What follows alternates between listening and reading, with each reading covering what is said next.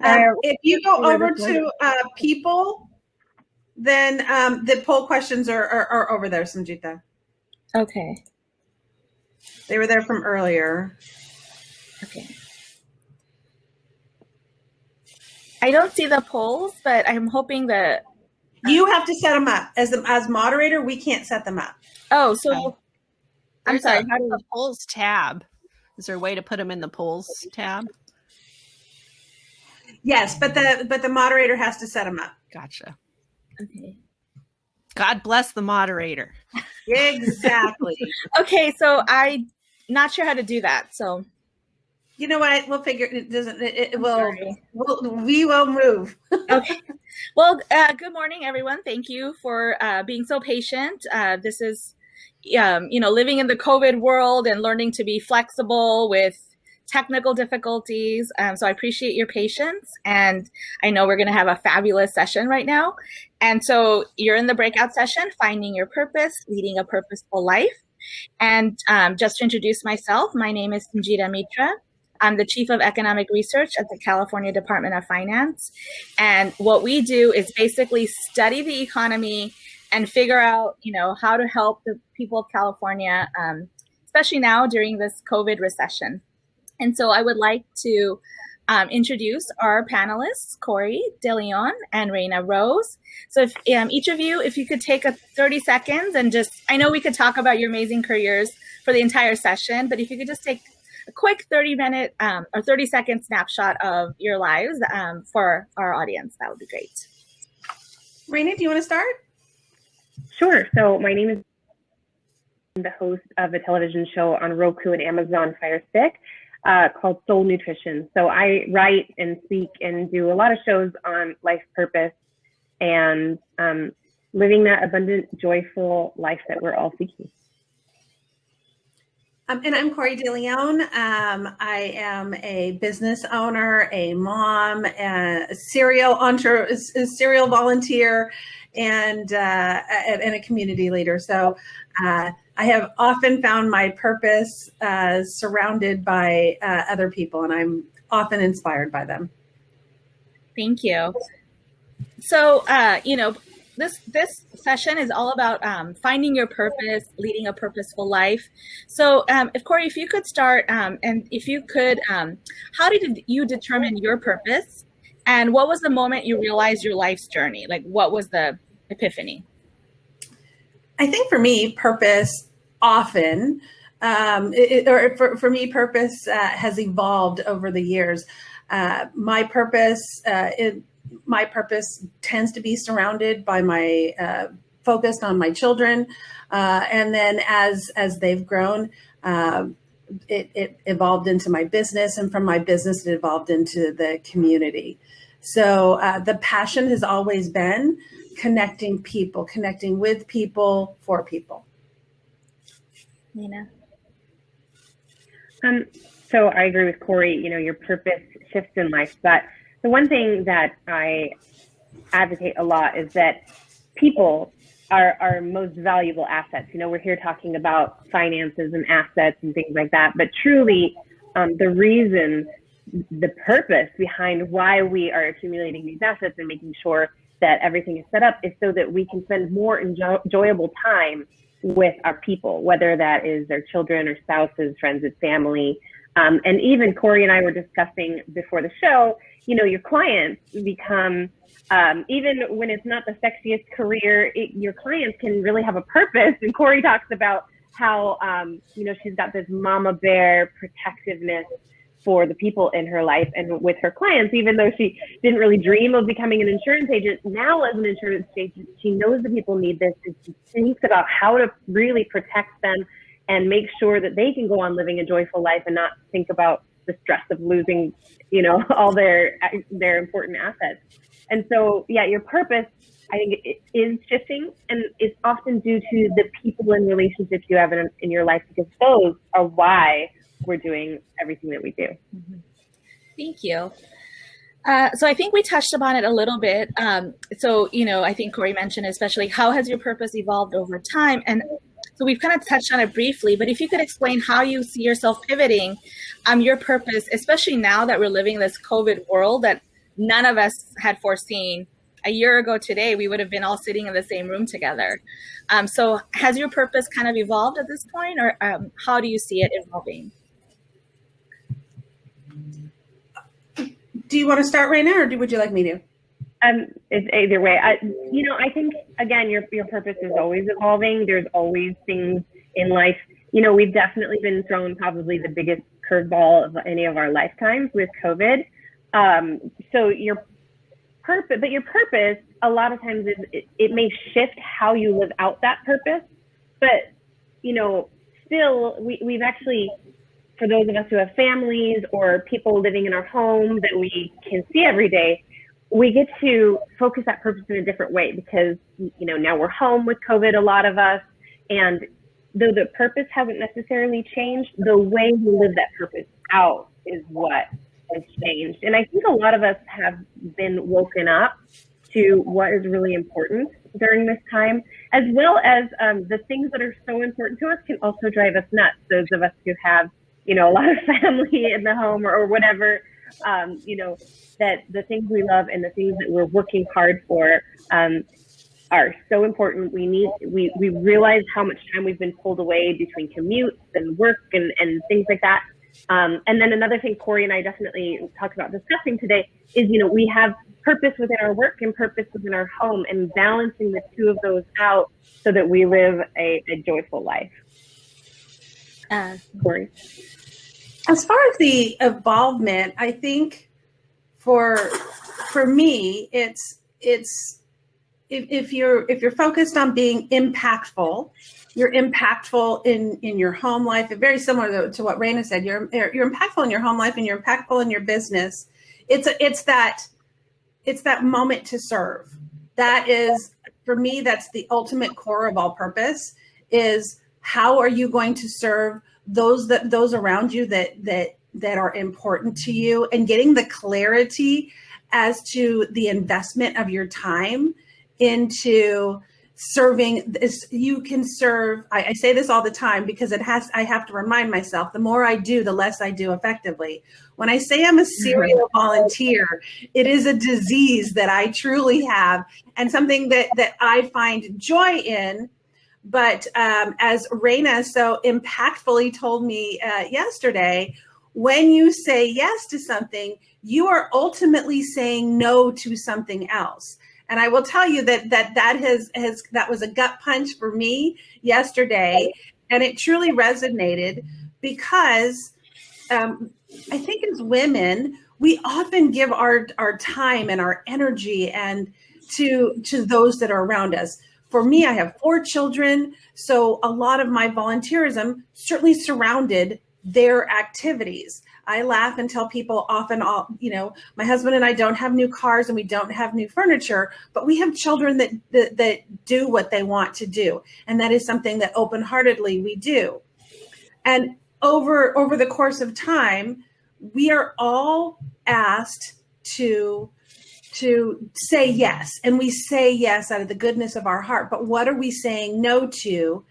And getting clarity as to when we say yes, are we moving? Are we creating a disconnect between what we want as our purpose, or what do we see as the overall? And it's so easy to do. There's all of this input that comes in, and I don't want to keep talking. I would love to hear what Leslie and Trinka say, but it's super important to maintain that clarity and remind yourself of that clarity every day. Other than that, all the input of just our daily struggles can get in the way.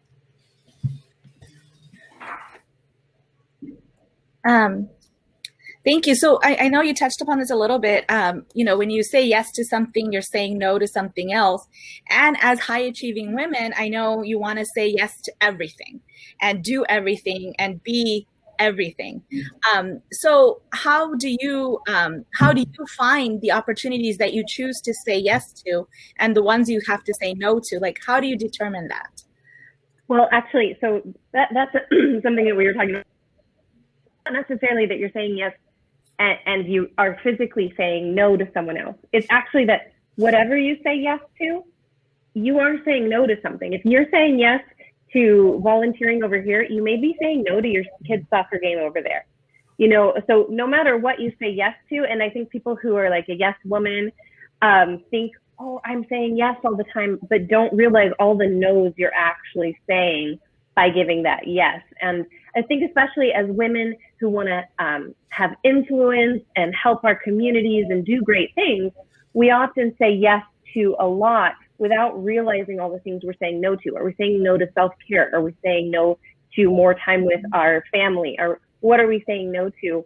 And you have to recognize that. And sometimes I tell people to actually write it out physically. You know, okay, I'm saying yes to attending this meeting, and I'm saying no to catching up on my emails, or, you know, whatever it is that you would have done in that space of time.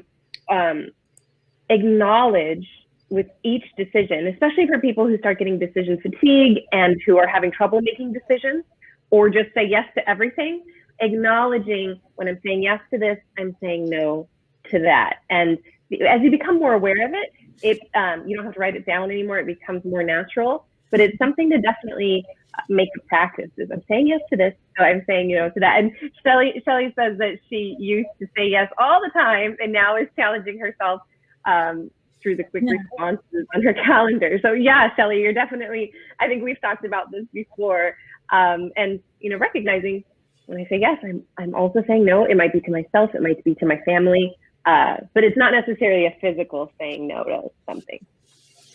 And for me, what I've learned is because I am, when I say that I fully claim that I'm a serial volunteer, which means I have an issue when you make suggestions, and I often can't keep my my opinion to myself. I feel like it is your responsibility to back up those opinions with action. So often I find that I am just involved in things that that I didn't intend to get involved in, or I did and it's changed my life.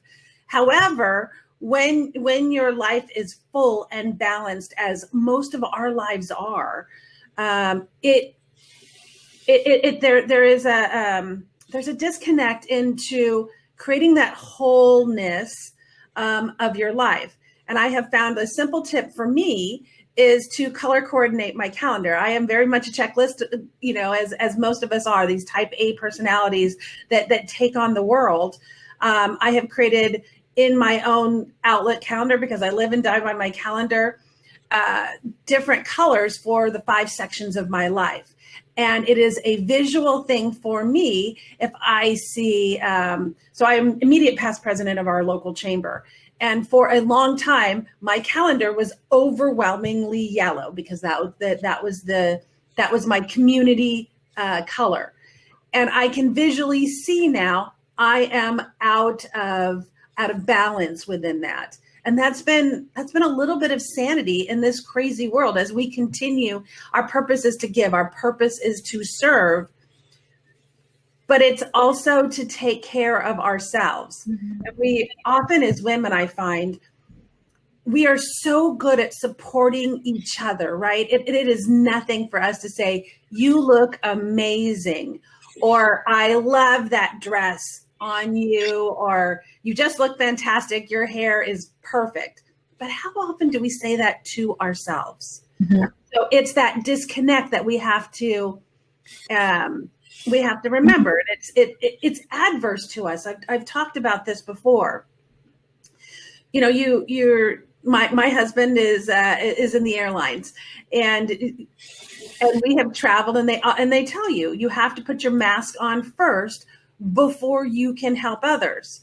But it is so strange and disconnectful for me to think that the first thing that I look around and do is how can I help others?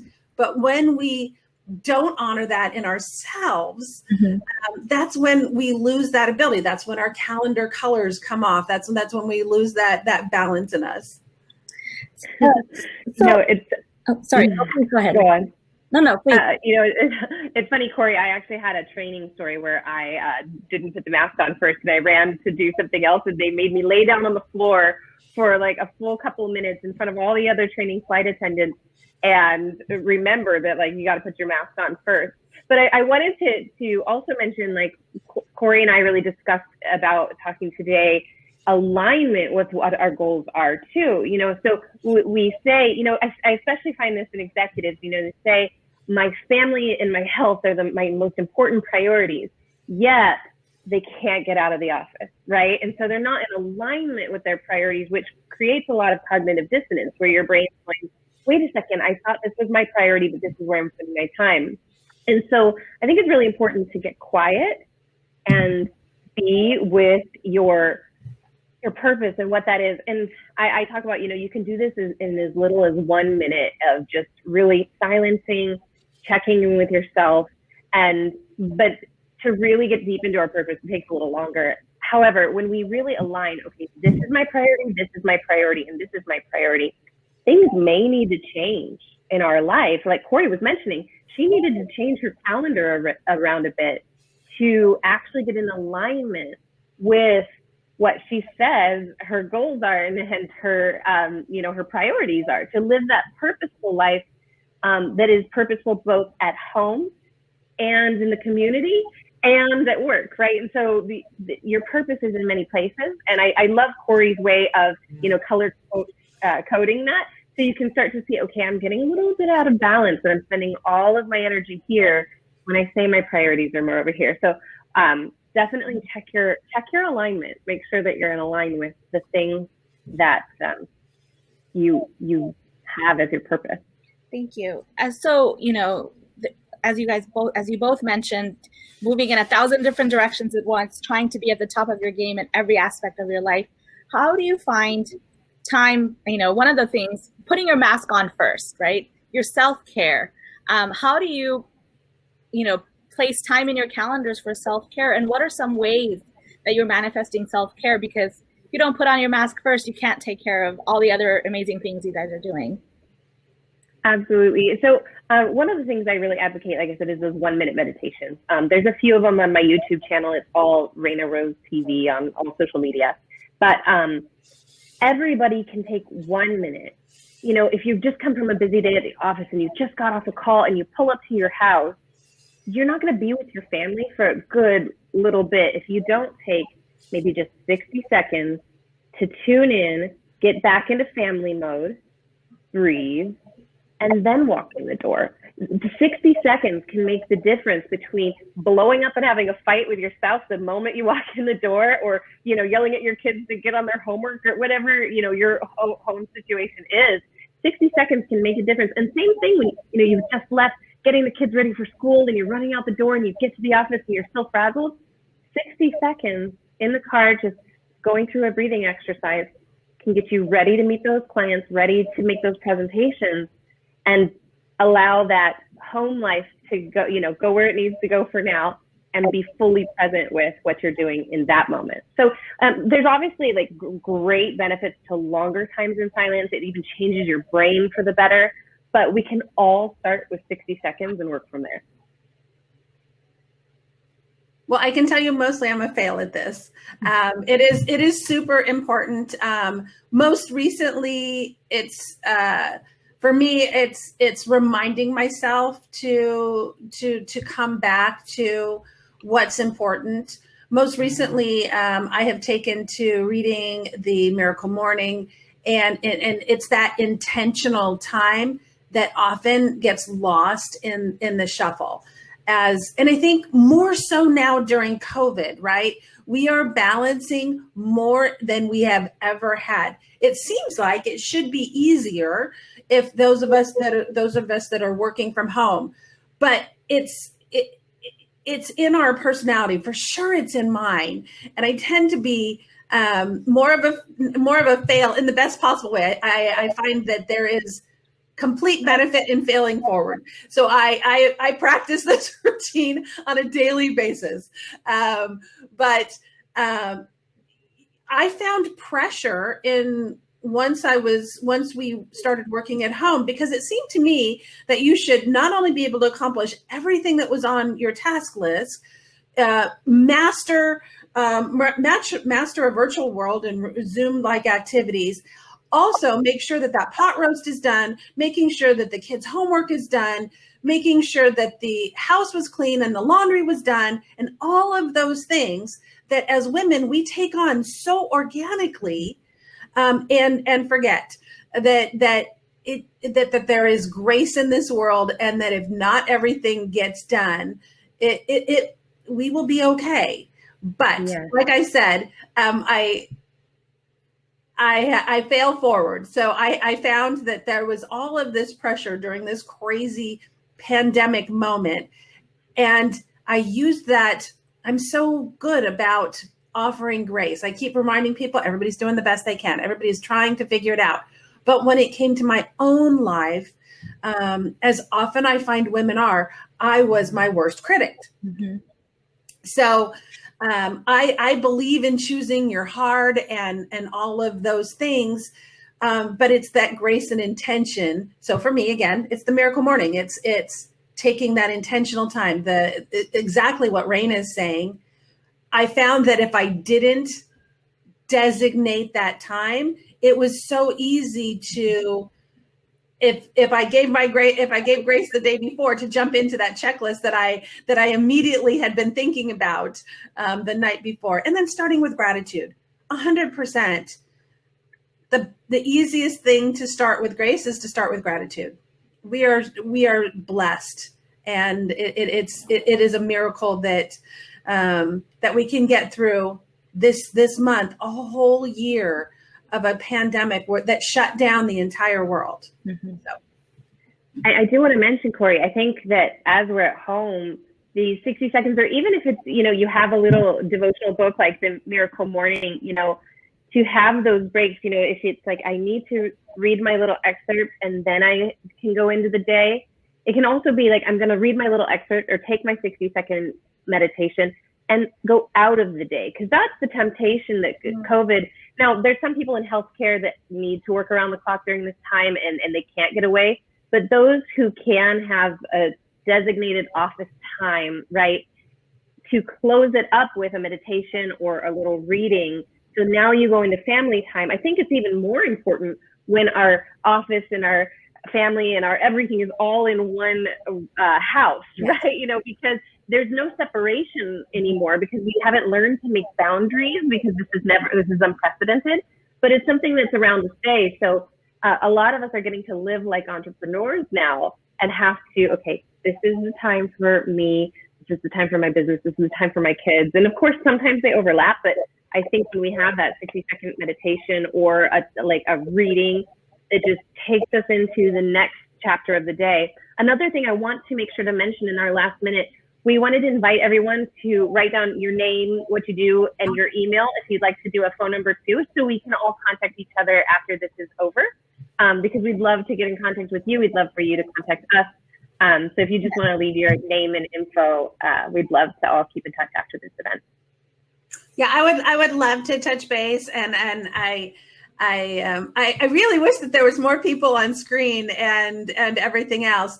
But just a quick, Rayna and I tested it. So if you highlight, if you put your name and your email in the chat, and then you highlight it, and you can copy and paste, and then the pictures show up too. So a lot of times, if somebody hasn't been on camera, but you've seen them in the section here, you can actually touch base and really just kind of carry this beyond.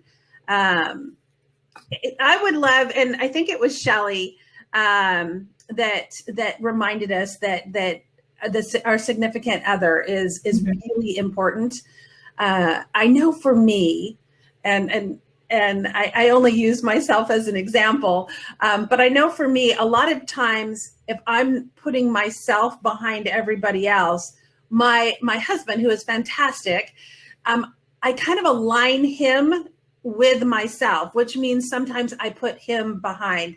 And I will tell you that my color coordinating was 100% because I noticed that on my calendar, embarrassingly, just as Rayna talked about, I say that my family is the most important thing, and really all of my volunteer activities has been surrounded by their goals. But what I found was that there wasn't intentional time cut out of my calendar day for them.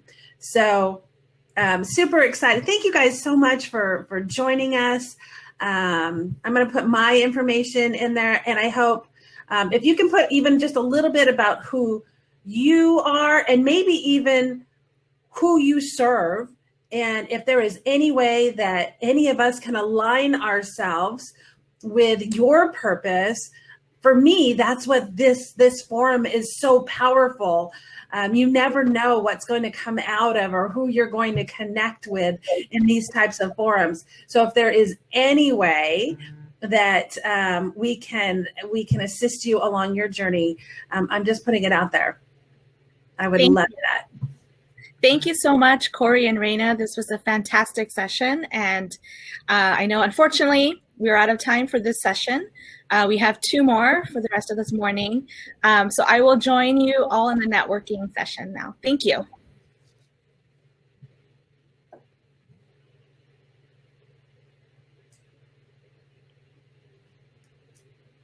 I actually don't know how this works. Oh, there we go. It looks like as people leave, they're dropping off. Yeah. But I think... so it shows like there's 11 people watching, yet only 4 of the 9 tiles are showing photos or that have their thing up. So do we, and I'm so sorry, I have asked Cheryl to help us with the polls. I haven't heard back from her yet.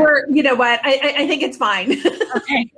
Yeah. Unless, do you want them, Reina? Because really... No, I don't care. Like, but I do think just ways to get it seems like everyone's chatting along, which is good. Yeah, I don't, normally in person, they would like raise their hand and ask a question, and then we can, and I was like, but I think, do we stop this one and go to the session number 2, Finding Your Purpose number 2? Is that a separate one? I think it's a separate one. Our group is number 1, so I think we're number 1 all the way through. But okay.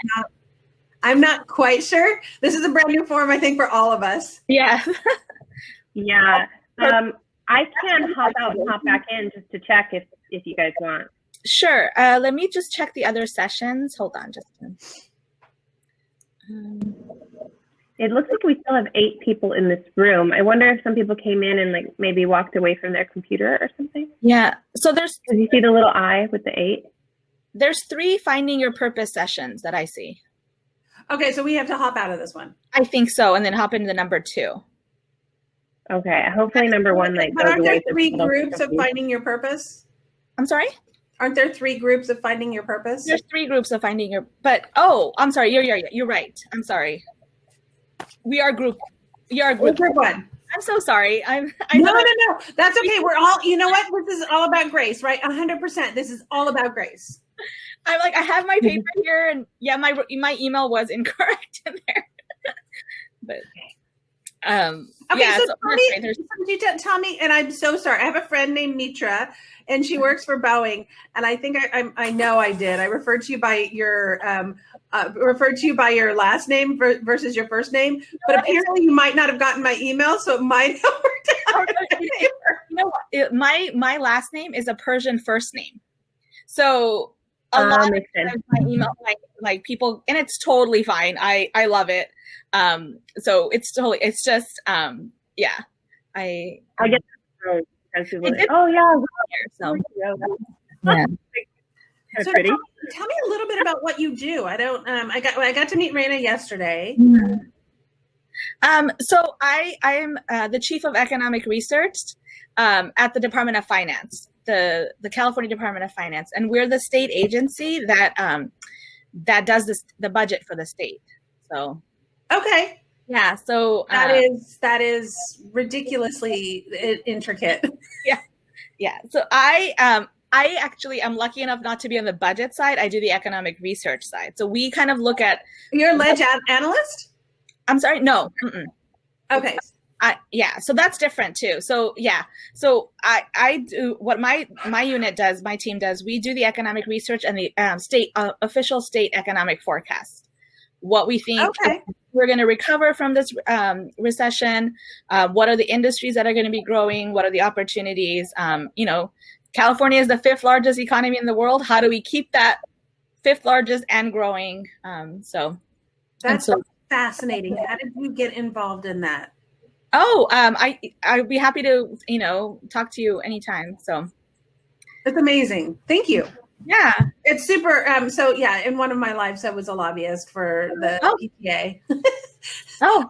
Like really, it just all depends on what the kids are doing as to where I jumped in. But I'm also in charge of the legislative and like for the city of Seal Beach. I'm the governmental affairs person for.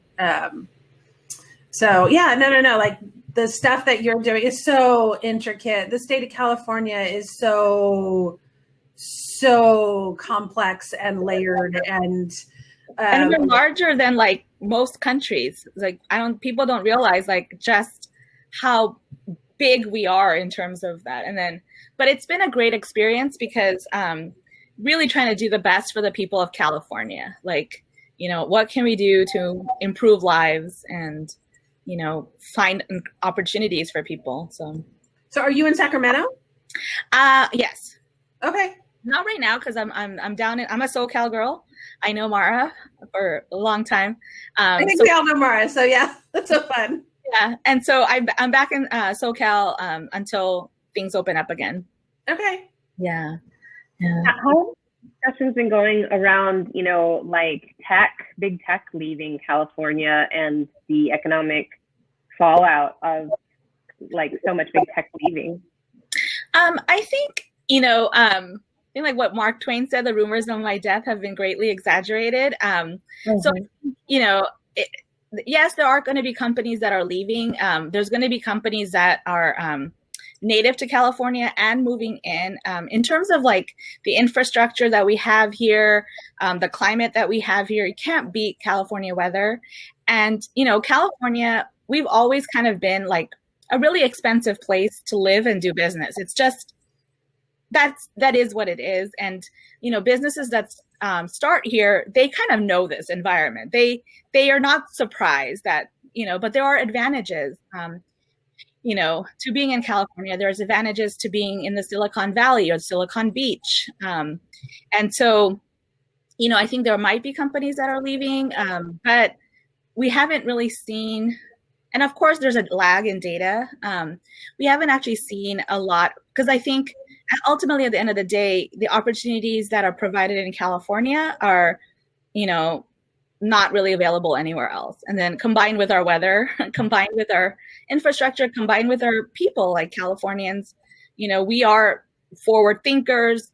We're progressive, we are innovative, we are entrepreneurial, everything like that culture of that thrive with activity and interest. I just don't know where else we could find that environment. So I love your passion. Okay, so we've got about 1 minute before people, I'm assuming, start jumping in. Yeah. Do we want to change any of the format on how we're going? I leave it to you and Rayna because we want to hear from you. Sure. I'm going to also, Kori and Somjita, do we want to retype our names, maybe what we do, email if you feel comfortable with phone, so that people follow suit with, sorry, I think I started that out by just putting my name and email real quick because I was trying to speak and do it at the same time, and then everyone did what I did. So sorry about that. No, I think starting out that way really does work. So it looks like this is continuing. So it doesn't matter to me that they'll see other people, but it does look like that the chat doesn't reset itself. Yeah. Okay, so it's 10:40, so I'll probably give, if you're joining us right now for the Finding Your Purpose panel, we are going to give it just a couple of minutes to have everybody come in and join us. So thank you. And we invite you to leave your name, what you do or who you help, and your email. And if you're comfortable, you can leave your phone as well. We all want to keep in touch after this event because there's so many amazing people here. Yes.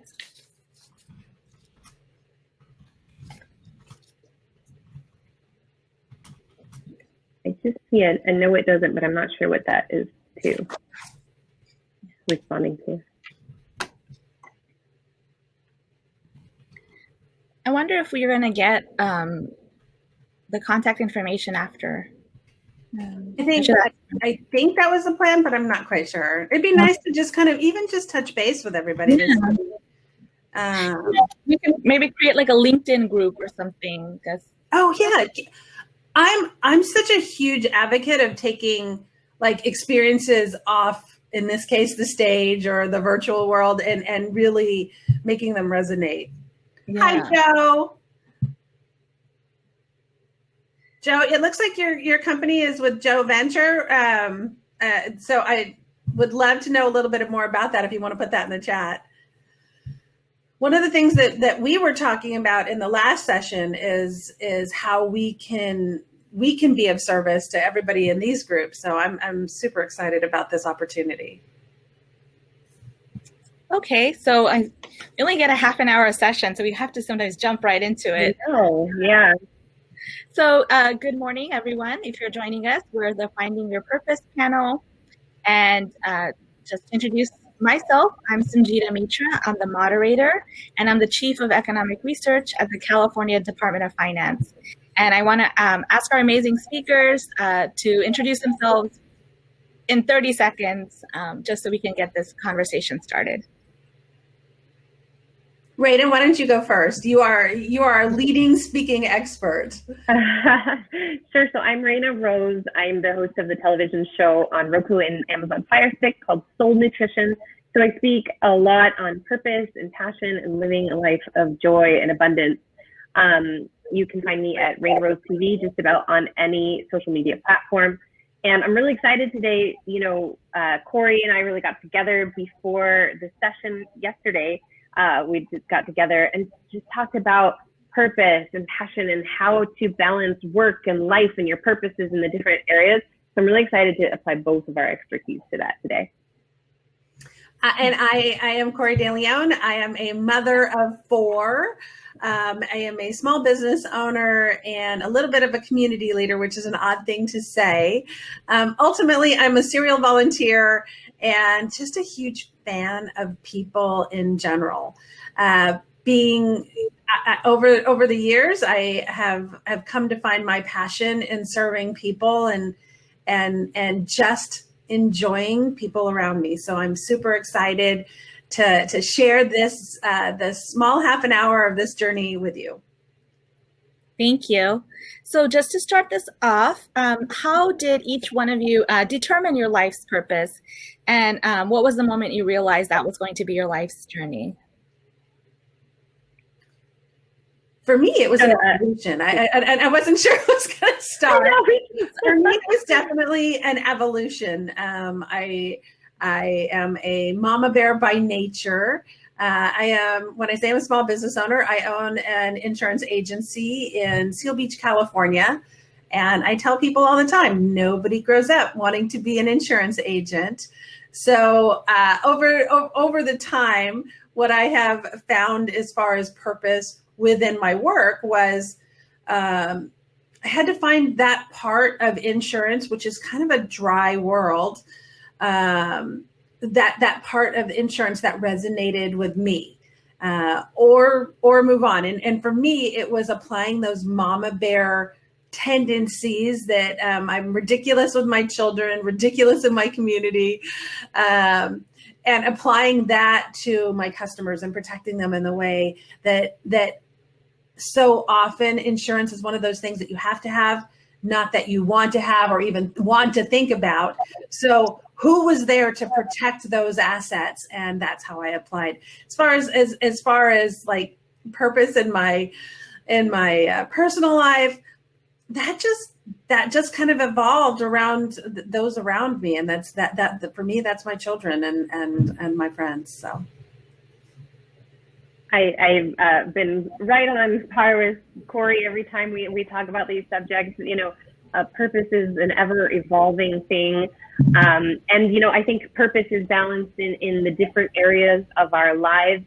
Kori and I talked yesterday about sometimes, just like Sue was saying, you know, you do the work that you're doing to do your more purpose, passion, volunteering in other places. And sometimes you're able to put your purpose in that work. And sometimes you actually get to work at the thing you're most purposeful and passionate about. So there's, these differing degrees of purpose. I know at one point I was a private flight attendant flying around the world, which was really fabulous, but there were times that were really lonely. There were times that we would be in a place that I didn't know anybody and there wasn't a lot of sights to see, or we'd been there a million times.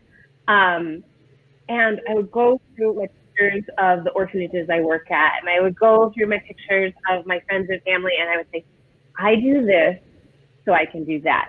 I'm gone and lonely in these places so that I can go have these wonderful moments with my friends and family, not have to worry about money, and go sponsor my orphanages and go speak and teach business classes to orphans who don't have these kind of resources in other countries.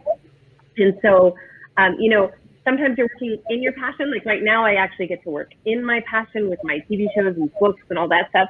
But that's rare. So I think it's really important to address. Sometimes you work at something that wasn't necessarily your passion, and you can find passion in it, but it helps support all those things that you're really passionate about. And we'll get into alignment, I'm sure, throughout the 30 minutes, but then making sure you're always checking your alignment, that you haven't gone more into the thing that's helping your purpose than your actual purpose. And we talk about that with like maintaining your family relationships and making sure you're spending time with the people you say and do believe are your real purpose is so important and so easy to get off track. So both of you are doing incredible 100 million things all at once. How do you balance, we touched on a little bit, how do you find balance? How do you make room for all the things you want to do? I will open-heartedly tell you, not well. It is, I said in the last session, I find it's really important to fail forward. I practice failing forward on a regular basis, but it's intentional. And for me, this odd pandemic, you can always choose how to look at it. But for me, this was this intentional moment in time to reevaluate. I have often said I'm completely out of balance. I tend to give everything into whatever I'm doing at the time, which what I learned from Rayna yesterday, and I talk about this, and I'm stealing her line, and I'm gonna and just know I'm probably gonna steal it for her. Go ahead and steal it. What she said to me is, when you say yes, I said that I'm a serial yes person. So if somebody asks me to do something, you will often find me saying yes because it's important. There's so many things that are important. But Reina challenged me, rightfully so, and said, when you say yes to something, you are saying no to something else. You may not intentionally say no to something, but it's all a balance. So in reviewing, and of course, you get those moments, you get those gut punches, and somehow that stays with you. So I often evaluate things in the middle of the night, and this was one of those things that I evaluated in the middle of the night. One of the things that I have found over the course of this year was I recognized that my life was out of balance, and quickly so. When we go from living on this razor edge, as we often do as women, and you throw one more thing like a global pandemic in with it, it has this tendency to throw us off course. And with this gigantic global pandemic, sometimes it can throw us really off course. So what I found is that I learned to color coordinate, and I wish I could give credit to whoever I saw this on. I'm sure it was on Pinterest or something, but somebody had begun to color coordinate their calendars. So I chose the 5 aspects that I said were important in my life, and I gave them a color. And I live and die by my calendar, as most of us do, or many of us do for sure. And when I signed into my calendar, each one of my events, and I'm intentionally do this, each one of my events is color coordinated. So when I am looking at my week, I can see where I'm spending more of my time, where I'm not. And I'm, like I said, it just happened to be that I'm highly calendarized, so it works, but it was a visual And I could see that I was giving a lot more time to most other aspects besides the ones that I said that were most important. I've said that what's most important to me is my husband and my children. But guess what? Those were the things that I had the least color on. So it's that, and it's that alignment, right? It's just going back and reminding. It's that intentional effort to go back and remind yourself and hold yourself accountable for doing what you say you're going to do. You know, Kori, as you're, talking about achieving balance, I wanted to chime in that, I do this signature speech called Running and Resting. And sometimes balance looks like, each week or each day our calendar has the right amount of things, same with nutrition. Sometimes it's like, every day I got the right nutrients. And sometimes it's seasonal, right? In this season, I'm going to get this, and season, I'm going to do that. And your husband's a pilot, and I used to work on a private jet, and so where these pilots would achieve balance was they'd be gone for, a month and a half or so, but then they'd be home for almost a month with their kids. And so it was out of balance in some ways, but as a whole, it came into balance. So I think sometimes we want to say, I need to be balanced every day, which is just not being grateful with ourselves, sometimes it can be on the season, on the whole. But then there was, I remember one pilot who also said the family was the most important, yet on that month or so he'd be home, he'd be checking in with the plane and making sure everything was, and couldn't let go of that constant need to be involved in the work that the other pilots were handling at this time. He didn't need to be in it. So, I think balance looks different for everyone. Sometimes it's a daily balance or weekly, but sometimes it's an annual balance. Like over the year, I'm balanced in my priorities. Because I think if we go day to day, sometimes we totally are not balanced in that one day or that 1 week. But if we can kind of take a larger picture and say, yeah, I was away from my kids for 6 weeks, like as a pilot, right? As a private pilot. But then I was with them, like actually home, taking them to all their things, doing the homework, totally not working for a whole month, and then I went back. And so, there's different ways of achieving balance. I think sometimes we get really rigid. I know some of my clients, people I've spoken to, it's like, I have to have everything done in this single day. And sometimes it's just not possible. Yeah, right. And so, if you even look at your calendar for the year, sometimes it would be like, okay, these months aren't heavy volunteer months, and I really made sure to go on a vacation with my family, or I really made sure to spend that time with my loved ones, and it balances out overall. I also think it's the clarity in Yes. that purpose. It's especially in this weird environment. It's all of this input that we get as women, as mothers, as business owners, as friends. It's all of this input, and it's so easy to lose clarity as to what is truly important, and then live that out, right? It's simple and not simple all at the same time. We talk about these fantastic women. I don't happen to be. I have wonderful mentors and people that inspire me on a daily basis that have found this overriding passion, and that it leads them into this goal that is kind of carried through their life. That is not who I have found myself to be. So what I found, like when Evelyn was talking, she talked about, as we were opening up, she talked about these micro opportunities. That's another that was something that really resonated with me. I find passion in being in the moment. The overriding passion for me is serving, right? Serving those around me, being impactful, living authentically. But what does that mean in these small opportunities versus this larger opportunity?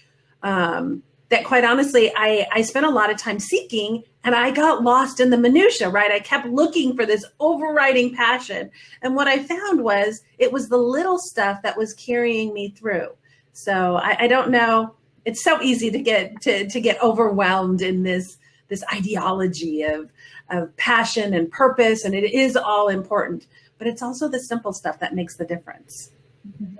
And I love what you said about clarity, because, when you're really clear, for me, I'm like passionate about everything, you know, like I'm passionate about this and I'm passionate about passionate about 8,000 different things.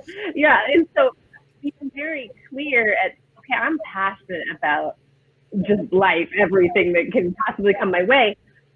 What are the things that I'm actually really want to make sure, like if I could only do 2 of those passions in my whole life, what are they? And it doesn't mean the rest don't happen, but it means that I focus on that one and go towards it, if at all possible. And then of course, you know, like we said, sometimes you've got to go take a job that isn't in your passion and finding passion there.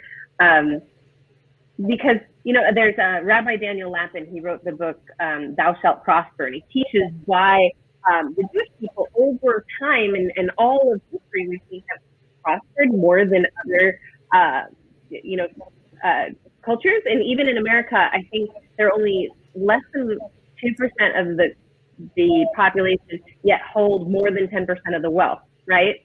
Mm-hmm. And he teaches in there that part of that is whatever they do, they choose to find passion in that. And so because they're choosing to find passion in that, they often actually get promoted to the next thing because someone sees this passionate worker who actually cares, and then they're promoted to, you know, something that they're a little more passionate about or makes more money or just brings more fulfillment in some way. So I think there's this balance of I'm naturally passionate about these things, and I'll choose to be passionate about this because that's going to lead to greater life fulfillment in all areas. Oh, I love that. I think for me, I think that balance and that element of, or realistically, I think that's what was that gut punch for me when you say yes to something, you're saying no to something. It's that simple those creating those priorities that leads to clarity. Sometimes we get, or at least for me, right? I have like ADD brain. I say it's all of the input that I can get lost in the minutia. But when it comes to, if I'm saying yes to this, I'm saying no to this, that makes it a clear intention to help me move towards really what I want to achieve in this world. So it's kind of a beautiful. I'm a huge advocate of the more you do, the less you do effectively. So it kind of falls a line in that same that same philosophy. You know, that what you say yes to and what you say no to. I applied that to a client yesterday who I'm coaching, and she's a coach herself, and she's really great at marketing and systems and things like that. But she doesn't have a lot of confidence in selling it. When she has a client, she like overperforms and gives them so much value. And I gave her that kind of same yes and no thing, right? I said, don't think of it as just you're getting them to say yes to giving you $5,000, right? Think of it as, if you can't convince them to invest $5,000 into their business, they're saying no to hundreds of thousands of dollars of profit, or maybe even their business shutting down because they didn't get it marketed in front of the right people and the right systems, and then they leave entrepreneurship with a bad taste in their mouth. And so, you know, there's always that yes, no, whether it's in working with a client, you know, Kori, for you, it's like, you know, if you don't get them to purchase the proper insurance, which say they're a big business, it might be a large sum, right? They could lose. I actually just had one of my Orphan translators, they didn't have insurance on their house and it burned to the ground and they lost the entire thing with no insurance. So if you don't get them to say yes to spending that extra something a month, they could lose everything they have. And so it's always that question of, if I'm saying yes, I'm also saying no. If I'm saying no, I'm saying yes to this possibility too.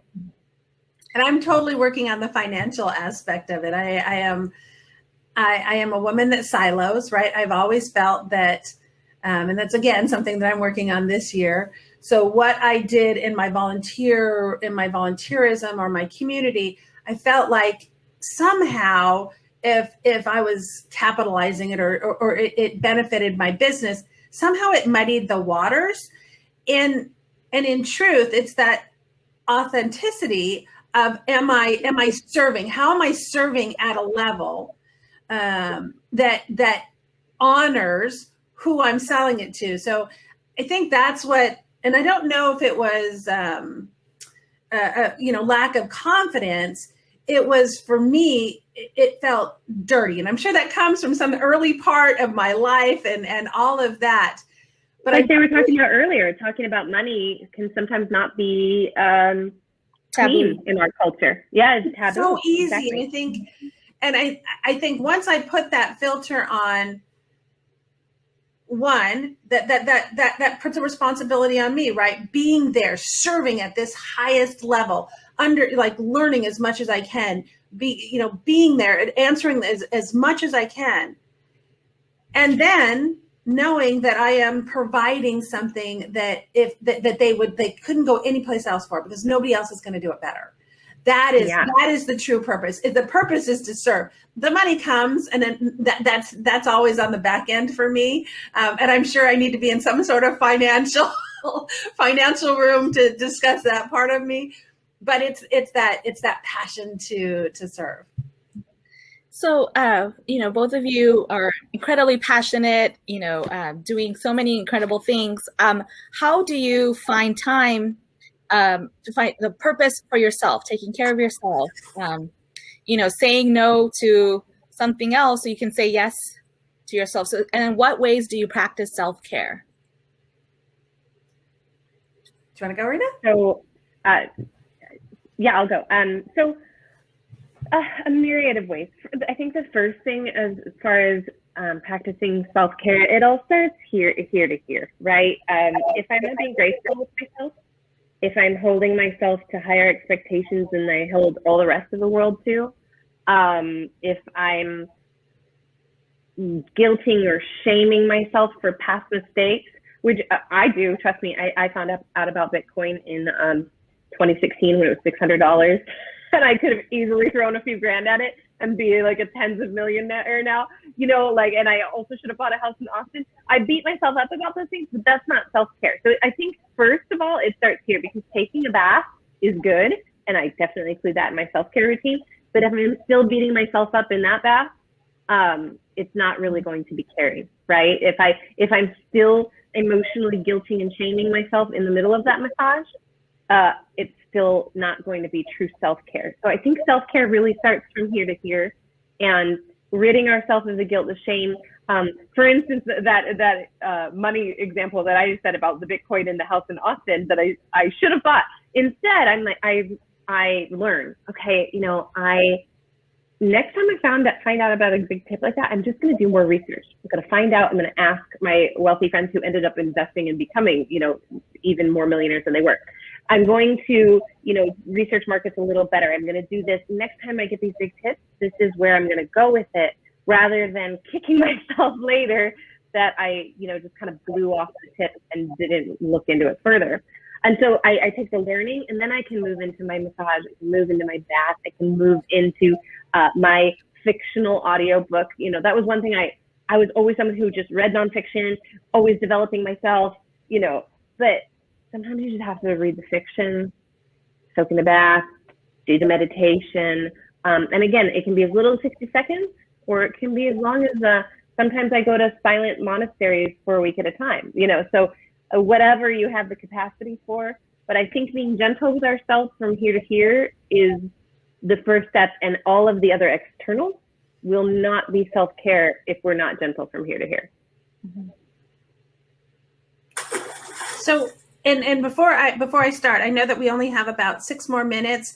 If you are here listening, and we would love for you to put your name and your email, so maybe we can connect with you offline as we're talking. But what we're talking about is like how do we do this? And for me, it's intention. I have a couple mantras in my life. One of them being choose your heart.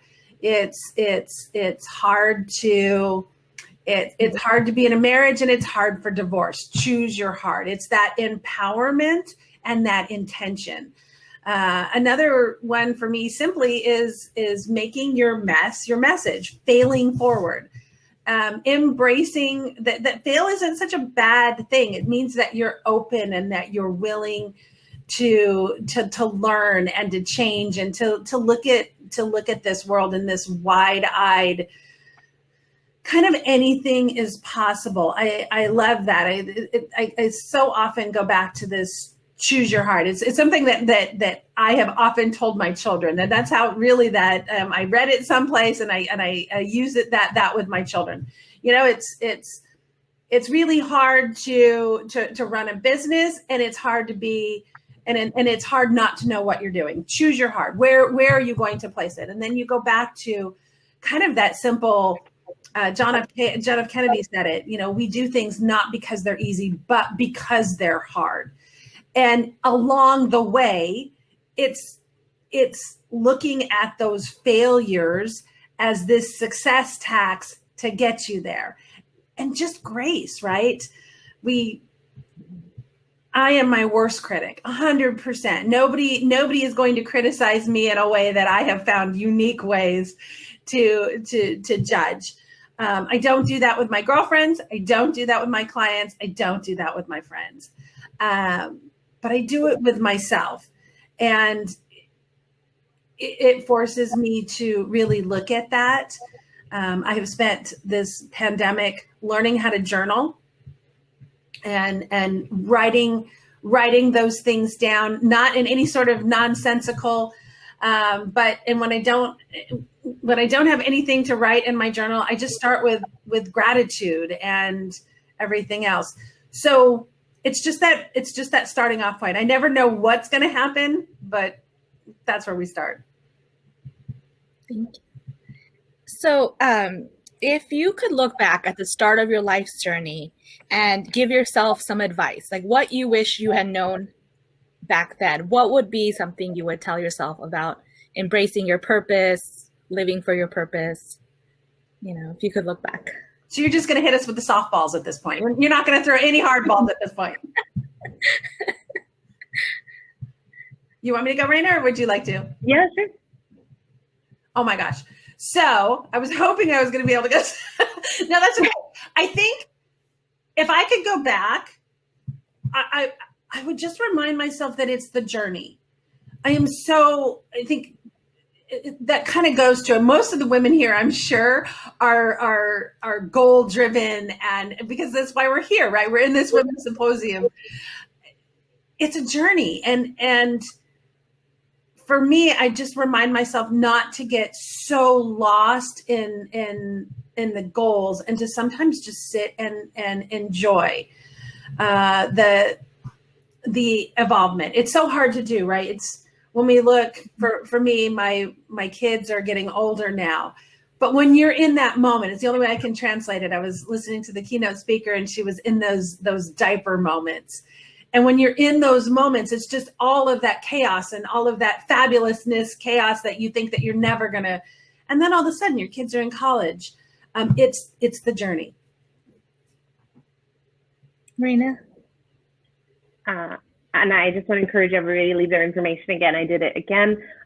Well, you know, even though there are several moments that I could go back and tell myself, you know, not to do or to learn from, I really do think, you know, you say going back in time or tell yourself, I'm not sure I would, because I don't think we would be where we are today doing what we're supposed to be doing without those lessons that really had to be experienced. You know, even with that like Bitcoin millionaire example, maybe I wouldn't be going out doing this purpose. I would be sitting partying with friends in Austin, you know, like instead of doing the things that I'm really called to and driven to do, if I was just set up with, you know, $20 million right now. And so like all those lessons from like being divorced to, you know, being shallow. And I write a lot of these in my books, and you can check those out on the website. I had to be shallow at one point. I had to not feel. I had to be scattered to not only learn it, but then also I can only be a good teacher if I've actually experienced all of those things. I have to have made those mistakes. So yes, there's so much, you know, learn, feel, learn from your mistakes. but there's nothing I would go back and tell myself, because I really do think each of those things need to be experienced. And that's, again, when we get into that self-care, we can be gentle with ourselves because we did the best we could with the information we had. And we had to go through that experience to be right where we are, and we're exactly where we're supposed to be. Thank you. Thank you, Kori, and thank you, Rayna, and thank you to our audience. I think this is the end of our second session now. There's 10-minute networking break, and so thank you so much for your time, and we will see you back on stage later. Thank you. So are we just, Somjita, I noticed that it's only the 3 of us on camera, and I thought that there were supposed to be 9. Is there something that we're supposed to be doing about letting them on camera, or? They might not be showing, they might have their cameras turned off. So it's not showing anybody with the cameras off. Okay. Yeah, because I think in the previous session we had a couple people. Yeah. And then like we had 11 just now, and now there's 8. But even so there's people in here, and they're hey. They have the option not to share or to share. Okay, so we have the option whether or not to share. I get it. Yeah. Hi, Sai. Is it Say or Sai? I wish you could correct me, because I'm often, Somjita will tell you I get names wrong on a regular basis, but it's really nice to meet you. Yeah, we are. I think we're having a lot of fun. I mean, it's a good platform. We're just getting used to it, but I'm enjoying it. I can't believe this gone by really quickly. And we're already on the. We have yet to say any too much duplication. I mean, really, I got to just stop talking. No, that's the good part. There's so much to talk about, and there's so much to learn from you both that, I wish we had more than half an hour per session. So okay, and I'm dying to pick your brain too, because I think there's so much under your story as well. So I think it's, for me, I think that's okay. These are being recorded. Okay, these are being recorded. Fantastic. So you can see me pull my hair out during the. You can see the COVID hair. So anyway, I know I'm just conversation killer. No, COVID, yeah.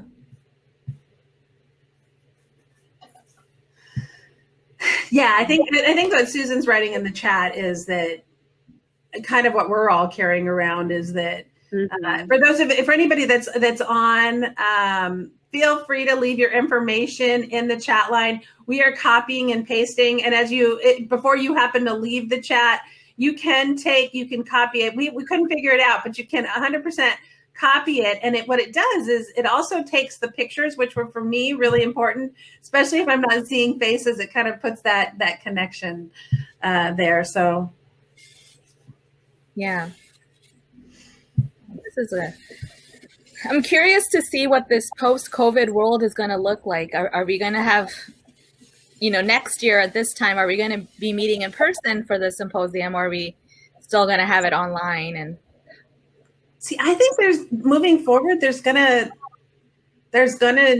have this, at least this avenue, or this we always evolve, right? But I think that having this hybrid option, whether or not it's the only option. So before, you were kind of limited to Long Beach, or Long Beach and the surrounding communities to attend this. And I think having this ability for this to be seen, I'm assuming at least nationally and possibly internationally, it's just this crazy new world. I'm in I started a book club because in this middle of this trying to figure out my whole life, I started this book club, and I literally have people from all over the United States. It just happened to be in a group that we were in. We started with Think and Grow Rich because I'd only ever heard of the book and never read it. And it was. Did you like it? Yes. Oh my gosh. And it's this. It was the one book that we read that was chapter by chapter, and it was the way that the author anticipated it. So the only thing I'd ever heard of it, I'd always heard of Napoleon Hill, and that it was just that OG, that original book. I find out it's written in 1922, and I say this all the time, there's nothing new under the sun. But really to find out there's 100% nothing under the sun, like all of these authors that I read and I constantly absorb. So much of that came from that book, or and really the ideologies behind it from hundreds of years prior now, to that. Yeah, I would say now go back to like Socrates and all the Stoics, and you'll see where he got it from. It's amazing to me. And so realistically, like it wasn't just a Facebook group, and I said, and it was just one of the things that I wanted to do. And I find that surrounding myself surrounding myself by a tribe or a squad often keeps me accountable in ways that that allows me to kind of continue those things. But yeah, we've read Think and Grow Rich and Atomic Habits, and which was a good. And we're currently reading Believe It by Jamie Lee Kern, and I love the evolution and the camaraderie. But really, one of the women that are there is in Japan. That's how this conversation started. Several are on the East Coast, and at no point but they're really, if you think about it, even 10 years ago, that would not have happened. 100% wouldn't have happened. And through social media, you have this ability to connect with people, but I'm talking to these people, and now I consider these women some of my closest friends. So I believe that engagement in these type of events will have some sort of a hybrid, whether or not it's a full hybrid, because I do think there's power in connection, in that ability to touch somebody. I'm a hugger. I don't know if anybody else is, but I'm a ridiculous hugger. So not being able to hug, and then that whole like elbow thing, you can't even the feet thing. I get it. And I love that somebody created a way to connect and still not transmit, I guess but I miss that connection. I miss that live connection. Yeah. Yeah. So, like you said, I think there is going to be a hybrid world, because there was people in the reception checking in from Chicago, San Diego, and other parts of the country. And we have this ability to all be in the same room at the same time together, which isn't feasible for people to come to Long Beach for a day, setting aside, if you have to fly in and stay at a, it's just not feasible for a lot of people. So I'm hoping, in the post-COVID world, we can still embrace that hybrid model and just show how we can learn each other. I think Rayna and I were talking about this. We both kind of grew up in a transient lifestyle. The world is so small, and I think as your world expands, you learn that it really is. It's really a small place. As my husband and I have traveled all over the place, oftentimes we'll run into people across the United States that have some other connection. It's really fun. Yeah. All right, girls, one more. In the schedule, do we have one more? Yeah, we have one more that starts at 11:20, I think. Okay. Let me just check the schedule real quick. Yeah, 11:20, and then it ends at 11:50, and then we go back to the main stage for the Purple Diamond Award presentation. The time just went by so fast. It really did. Hi, Nancy. Hi. Good to see someone on the screen. A lot of people have been popping in the chat, but not bold enough to come up on screen sometimes. Oh, okay. Well, So yeah. lovely to I like see seeing you. your faces, so I guess, yeah. Thank you. And Nancy, what do you do, and how did you come to the symposium? Well, I came to the symposium today, I have to confess, because two of my friends are being honored, Shelley Horvath and Frinka Rosell. And Congratulations. And I think Kirsten Larson, who is sort of a behind the scenes or very involved with this organization that puts on the symposium. I know she's been involved, and I just have not attended in previous years. So finally, I finally made it. I think in the first years, I retired a couple of years ago. So it was always a little bit difficult when I was working, just scheduling wise. Yeah. Yep. Yeah. But now, I'm sort of looking for sort of next step if I choose, but I've been very busy with, or I shouldn't say, well, I have been very busy. I've been amazed how COVID has made all involvements a lot busier than before. But I'm involved with Junior League of Long Beach, which is how I know both Shelley and Trinka, and Leslie Boyer, who was honored last year, and then the Literary Women of Long Beach, Literary Women Committee. So we put on not in times of COVID, we put on an annual conference of female authors. It's a day-long conference here in Long Beach that around 800 women attend, which would have been tomorrow at the convention center. Your events really do align together. Yeah, exactly. So anyways, that's what, and I have to say, I've thoroughly enjoying my time this morning. I had no idea really what to expect, but everyone I've listened to and participated with, I've got notes I can't wait to share with girlfriends and my children. Really great. Thank So you, what about you all? So we're just about to start. I'm going to give it probably about another 30 seconds if other people are joining us as they come back from networking sessions. Got it. Yeah. So I'm sort of an aspiring writer, and that's been one of the difficult things. I think when I first retired, I just needed to rest. I think I felt exhausted, and and now it's trying to get focused. So another thing, focus and purpose. I need this. Definitely need this. What are you, fictional, non-fictional? What is your what do you want to write? I have a feeling it'll start with something more non-fictional, somewhat memoir-like, I think, or just essay. I think that's going to be where I start. I have friends, it's got to be coming from here. I have friends who say, you've got a book inside you. And I'm going, well, I'm going to have to find that book first. So it's sort of learning that it is work in this, it's work in terms of my applying or scheduling time for it. And I'm not used to doing that just for myself versus when I was employed in a career and dashing around everywhere and giving it the same importance. I think that's it, trying to give it that level of importance. Like if I think it's important, I need to put it way up here. Well, we are going to talk about that, Nancy. And I do want to say, having written 2 books, that there is a program called Scrivener. Actually, I'll write it. Oh, yeah. Thank you. I believe that's how it's spelled.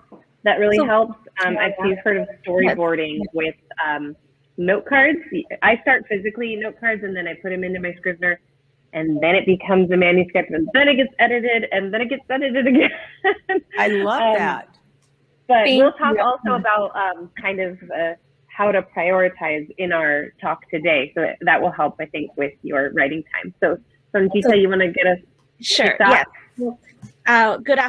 Good morning still. Good morning, everyone who's joined us for our 3rd session of Finding Your Purpose. We are so happy to have you here. So if you could just take and type in, if you would like, your name and your email and your phone number and kind of what you do, so we can kind of get to know each other. Rayna just put in an example of how we would, and so we can all continue the conversation after this session. And to start with, just to introduce ourselves really quickly, my name is Somjita Mitra. I'm the Chief of Economic Research at the California Department of Finance. And our 2 panelists today are Kori DeLeon and Reina Rose. And so if you could take 30 seconds and just do a quick elevator pitch about yourself, please start. Reina, start with you. I'm Reina Rose, host of the Roku and Amazon Fire Stick TV show, Soul Nutrition. And I also write books on nourishing the soul and having a purposeful life and how to avoid burnout, all kinds of things. So this topic today is right up my alley, and I'm really excited to learn about everyone and share. I hope to see a lot of questions in the chats, and if you want to pop on the video too, we'd love to see you. Kori? I'm Kori DeLeon. I am a small business owner and community involved in community, serial volunteer, and mom, and just really a fan of people. So I'm just super excited to be here and enjoy everybody. Highly encourage everybody to just kind of write your information down. This is, to me, this is what makes kind of events like this so important is the ability to connect on a different level. Thank you. So just to kind of start, the name of this session is Finding Your Purpose. And so I would like to know, how each of you found your purpose and how do you maintain that purpose at the forefront of all the different aspects of your life? I'll go. You want to go first, Kori? Yeah. So for me, purpose kind of evolved. Rayna and I have done this a couple times, and I think what's kind of resonated for me is that I tend to have purpose I siloed definitely in the beginning, a purpose in all the different things that I did. And for me, this purpose of serving has now resonated kind of through all that I do. And I find that I serve my family a little bit different than I serve my community, and that I serve my friends, and then that I serve my customers. So it's this passion to serve. Rayna? And Kori and I have agreed all along that purpose is something that evolves, yet just as we learn in studying evolution, we don't necessarily see something evolving from one species to another. We see it micro-evolving, right, over time. And so generally, I'd say our purpose is somewhat the same. If you're someone who has a real servant's heart, serving may evolve and to look like different things, but it stays very similar. And we've talked about on many of these sessions, and I want to reiterate, we have purpose in many different areas of our lives. So, our purpose with our family and friends may look different than our purpose with our charity organizations, and our purpose at work may look different than our passion project purpose. And to find purpose in each category is really important. And I mentioned a dear friend and someone I've had on my show before, Rabbi Daniel Lapin before, who wrote Thou Shalt Prosper. And he talks about the reason Jewish people are considered very prosperous in many cultures and many times in history is they find purpose intentionally. They choose to find purpose in what they're doing, even if originally they didn't like it.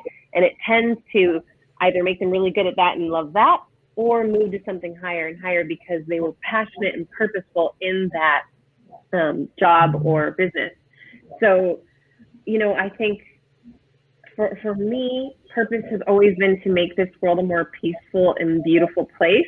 And so, where I've done many different professions, I started out life as a personal trainer, and I owned a fitness business for 10 years, and it was like helping people be more peaceful in their bodies and beautiful in their bodies.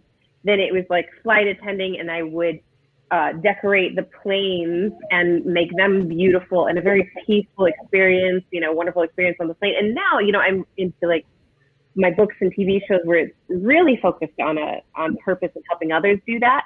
And so though the avenues towards purpose change and purpose evolves, it kind of stays the same species. Mm-hmm. Thank you. So one of the things, Rayna, you had mentioned, I was avoiding burnout. And I think in this COVID world where a lot of us are working from home, we don't really get that separation between work and home and volunteer life and all the other activities that we're involved in.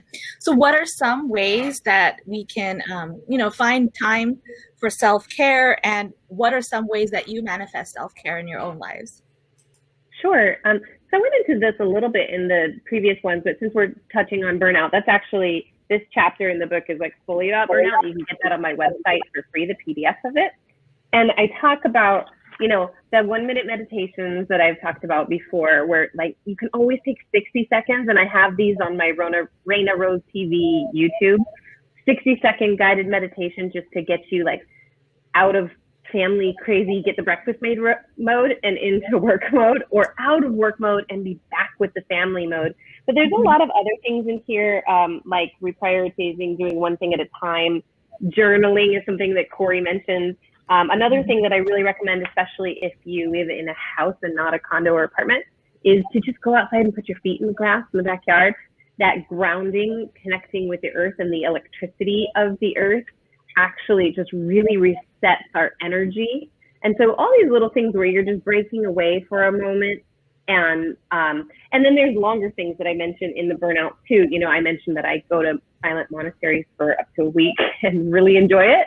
And so whether you have only, to go out and stick your feet in the earth for 30 seconds, or to do a 1 minute meditation, or to go to a week long of silent meditation retreat, all of that is good stuff.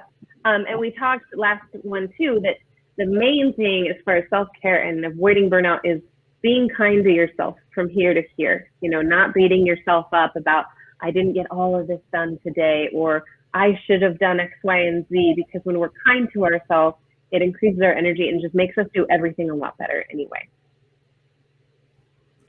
Kori? So Rayna is super fabulous, and I will tell you that for me, I'm a little bit of, I get lost in the weeds, and for me, it's creating intentional time for self-care, and reminding myself that, and we talked a little bit about this before, putting the mask on first. It is completely against who I am as a woman, as a mom, to put that mask on first. My intention, I hadn't told this story yet, but I've told it in the past. When I have 4 kids, 3 of our boys. So we were on the baseball field quite a bit as my boys were growing up. And you get that foul ball where everybody said heads up, or, they're like, and the first thing I do is look around and find out what's happening with my children, where everybody else is like, scattering away to avoid that foul ball.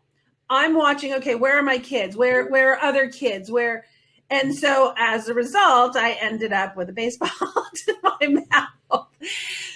So there is that balance. And it is completely adverse to my nature to put the mask on first, but it's so important, or you get lost in the weeds. So these days, I create intentional time. Just lately, I've started the Miracle Morning, where I wake up about an hour earlier than I normally do, create some intentional time for journaling, create some intentional time to be quiet, create some intentional time, because as a mom, as a business owner, as a community, and if I've given myself grace the day before, that means in my mind, in my world, that there's a list in my head that I went to bed with and I woke up with, of all the things that I need to accomplish before I need to accomplish now what's on today's goal list. And without taking that intentional time to be present, to write things down, to reminding myself that I can accomplish things and that it's okay if I don't, then I create this franticness that continues throughout the day and affects how I interact with myself, my customers, and more importantly, my family, because they're the ones that, unfortunately, as a mom, as a mother, as a business owner, I say that my family is the most important thing, but often they're the ones that I don't take enough time to prioritize, which is just, again, we live our life in grace, right? That's now that I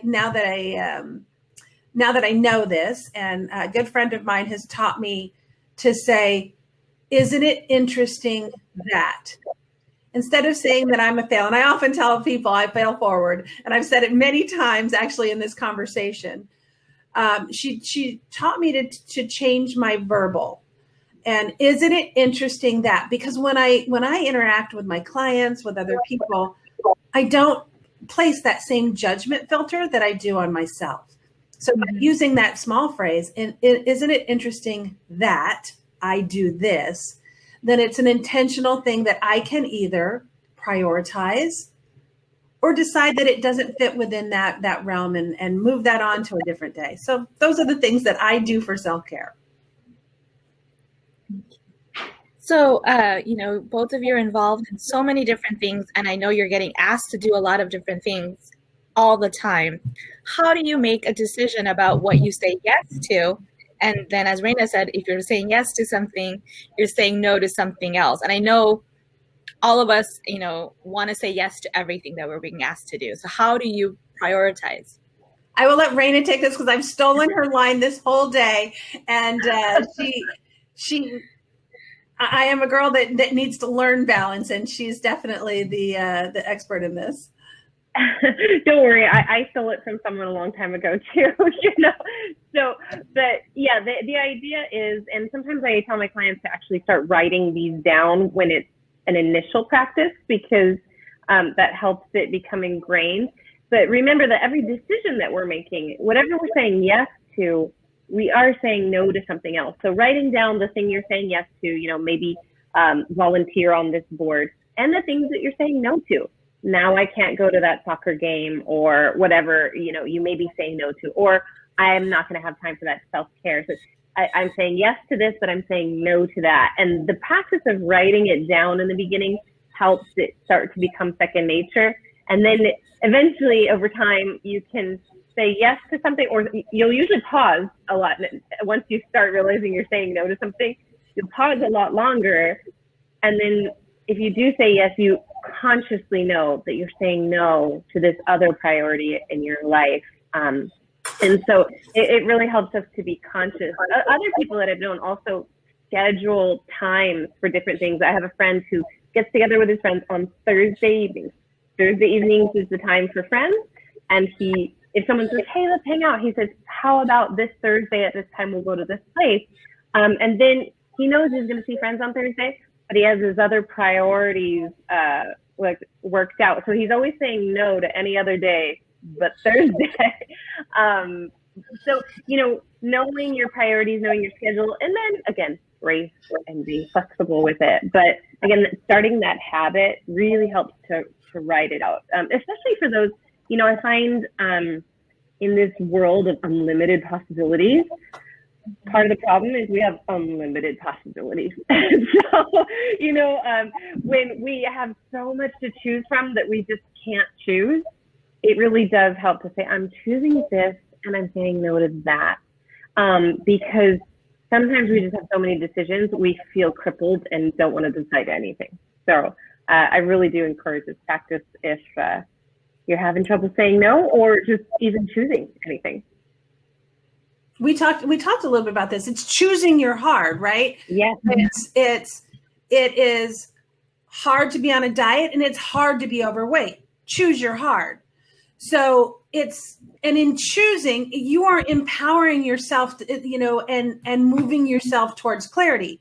So often it's so easy with all of the input that we're getting to get lost. And I say it often, get lost in the weeds and just get lost in this constant input that comes at us.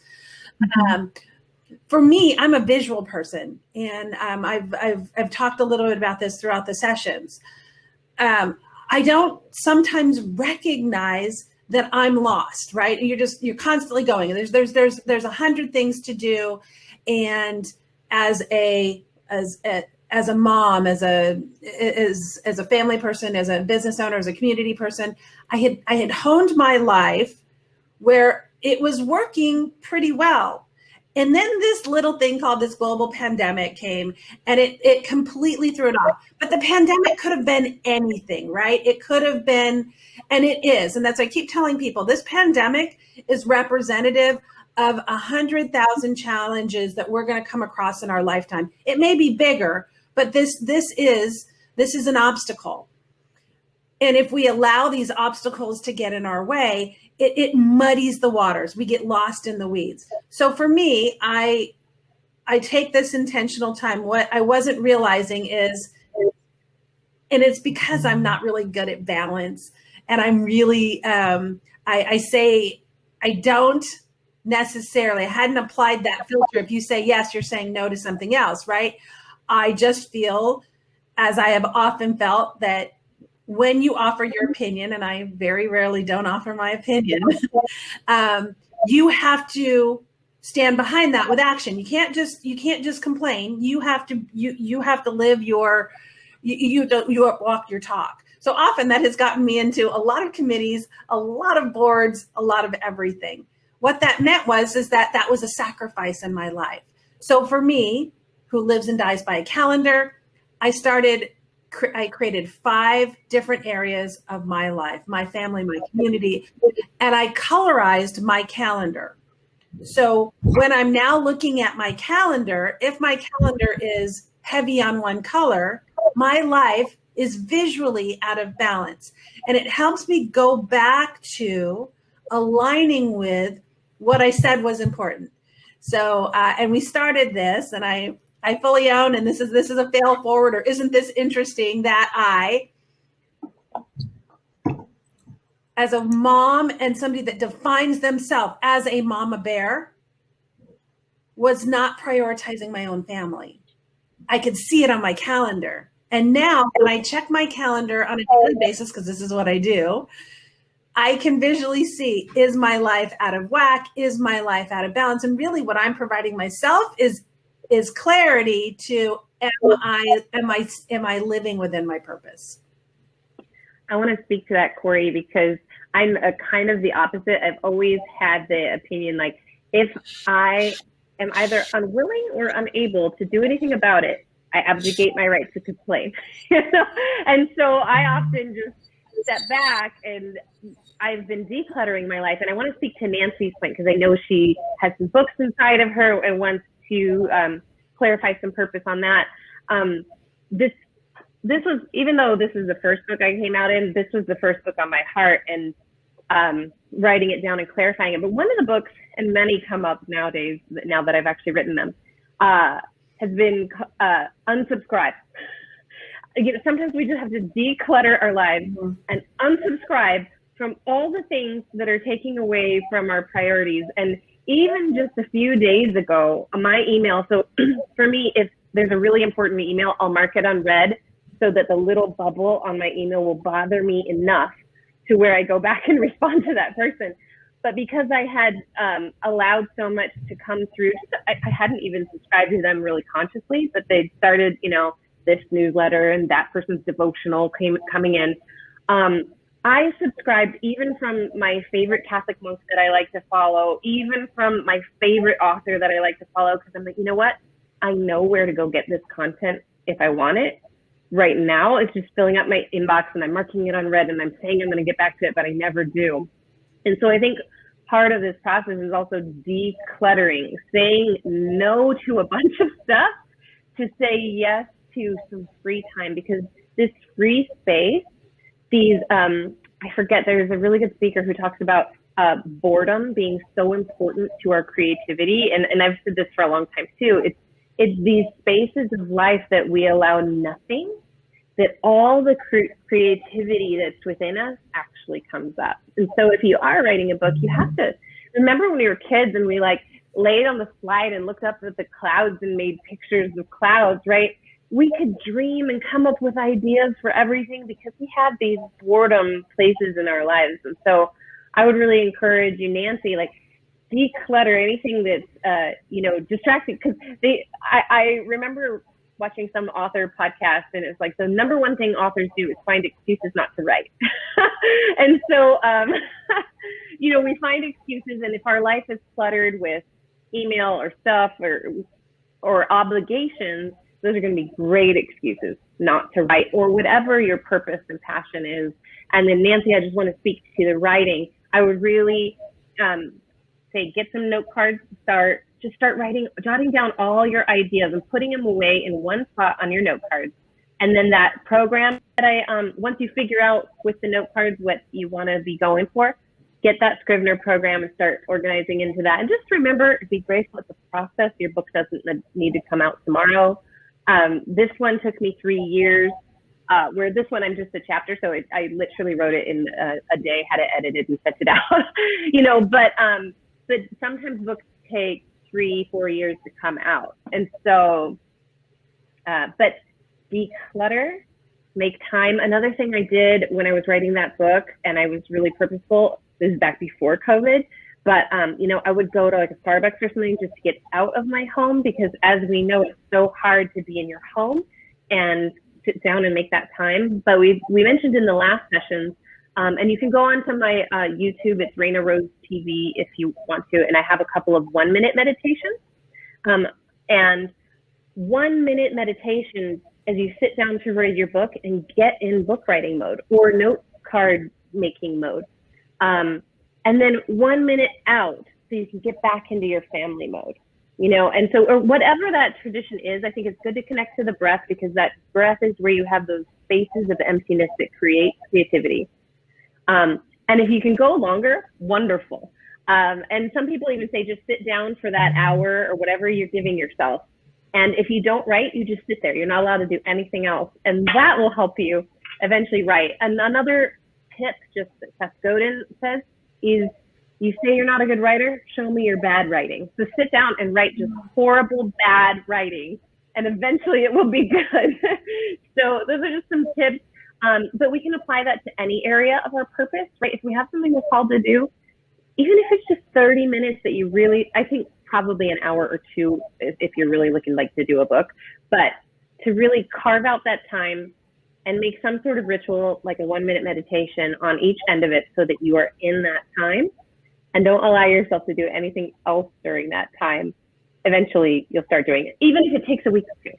So those are some love what you just said. Sorry.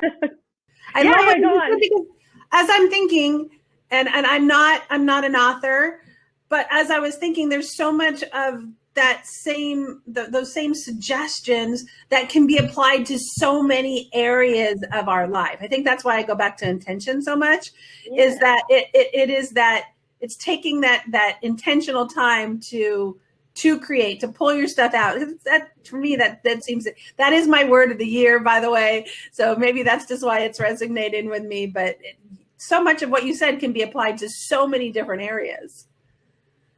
Absolutely. I mean, I'm applying it to writing, but you can apply it to anything. It's really having that self-discipline. And again, like with meditation, start with 60 seconds. Everyone can do, even, a 5-year-old can do 60 seconds of being quiet. And I think that's part of the reason we don't like being quiet, is we haven't done so since time out as a child. We have bad associations.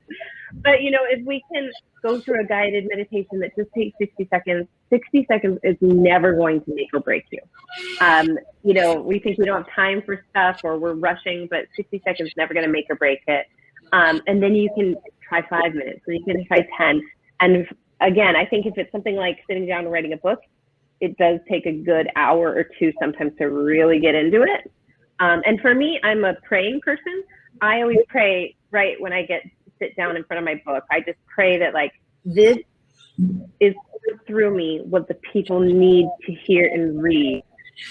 So that way I feel that as I'm writing, like, I'm thinking of who needs this and asking that flows through me. So, and Kori, it could be, like, as I'm sitting down to write an insurance plan, I'm praying that I am directing them to exactly what they need so that they're covered and have peace of mind, and that they don't have to worry about disasters. Like I mentioned, one of my orphans translators, her house burned to the ground. They had no insurance.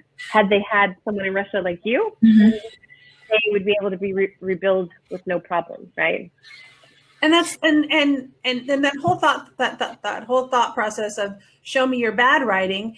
It's just that action, right? It's toes in the. I always describe it as toes in the water. You don't have to learn how to swim, but once you get your toes in the water, that action gets you to the next action, and that's that's really where clarity comes from. That's where purpose comes from. It is the journey. We talked about that. It's this journey of going. So unfortunately, again, we are out of time. Our sessions go by so fast. If there's just one word or one phrase you could tell our audience today, just to take with them from this panel, what would that be? Oh gosh, one word, grace. I would say Great. you are enough. You are enough to do the things you want to do. You're doing enough right now in the space and the energy that you have. You are enough, and be graceful in that so that you can move forward and do all that you desire to do. Thank you, Kori, and thank you, Rayna, and thank you to our audience for taking the time. So we have a 10 minutes break for bio break, networking, and then we will meet you back at the main stage. Thank you so much, everyone. Great. Thank you all. Nancy, it was so lovely to meet you. Thank you. Very nice meeting you, Lori and Reina. And Somjita, how do you pronounce your name?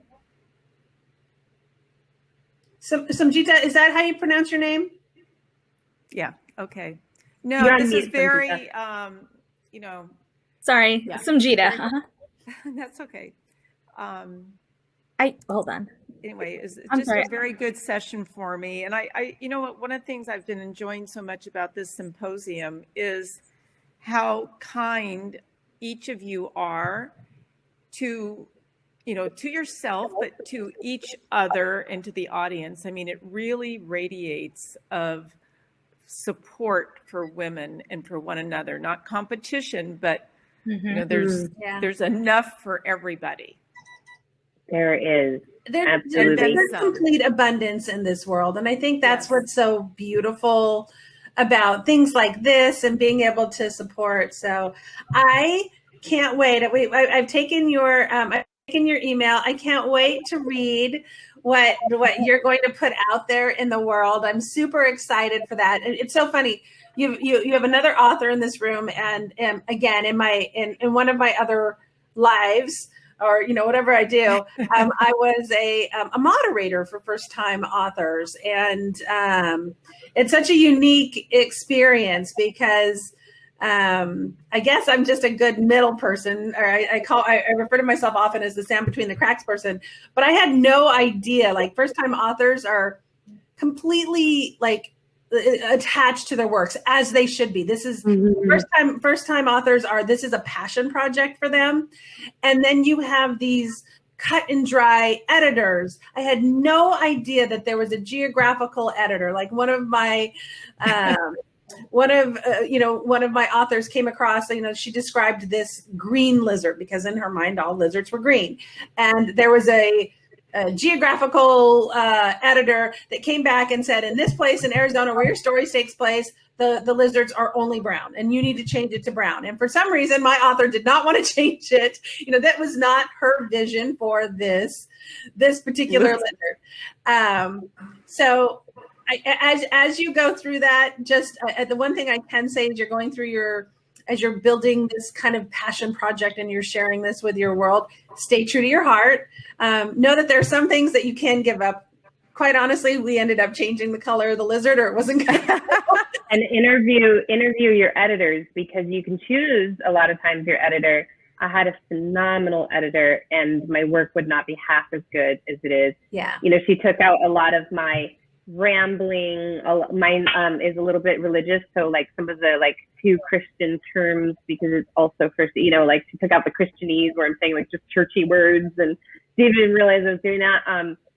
But yeah, I would really recommend check out a couple of editors, see who you feel good about, because they are going to chop your work up, and it's going to feel like they're doing surgery on your baby, but it's a necessary surgery. And you need to take the tumors out of the baby, and a good editor will do that for you without changing the intent or the purpose. Of the, yeah. Yeah.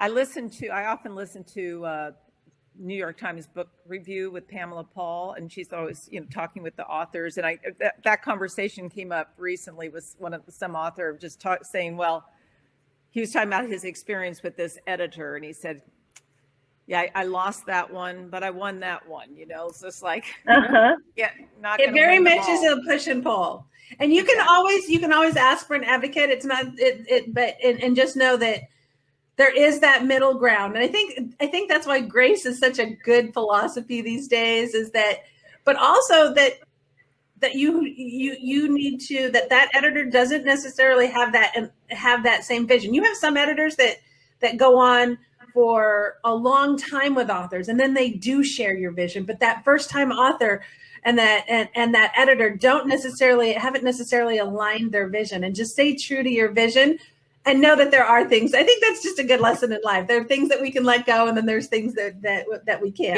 Yeah. It's not going to. Yeah, and it's not going to make or break your book, right? You think it may, but it won't. Yeah.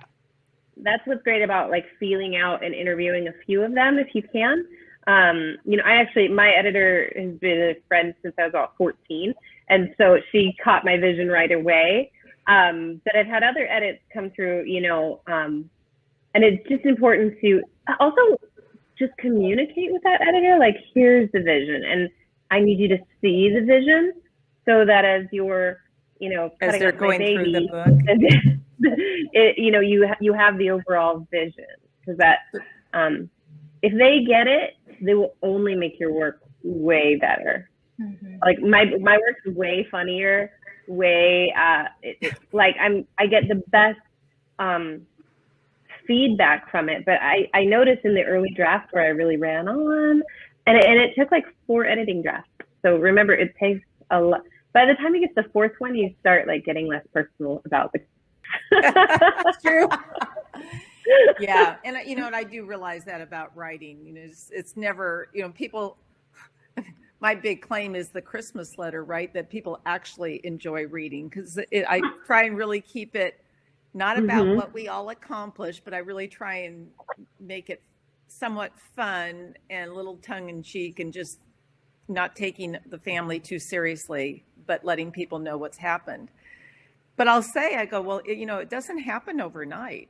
Even that little letter does not happen overnight. I work on it for weeks, and you put it away and go back to it, and then run it through the family members to make sure everybody's okay, right, with it.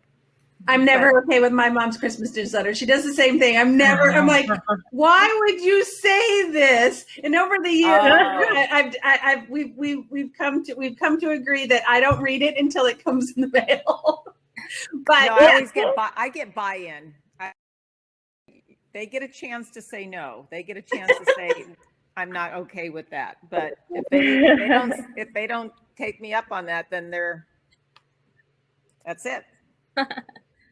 Well, I know in 2 minutes we're getting ready to go to the present. This is going to be the award ceremony, right? Yeah, this is. Well, keep in touch, everybody. I look forward to keeping in touch after here. Thank you so much, Kori and Rayna. Right. Yeah, thank you, and good luck to your friends. They're getting awarded, right, Nancy? Yes, yeah, 2 of them. Awesome. I know there's 3. I'm not familiar with the 3rd person. But anyway, thank you again, Rayna and Kori.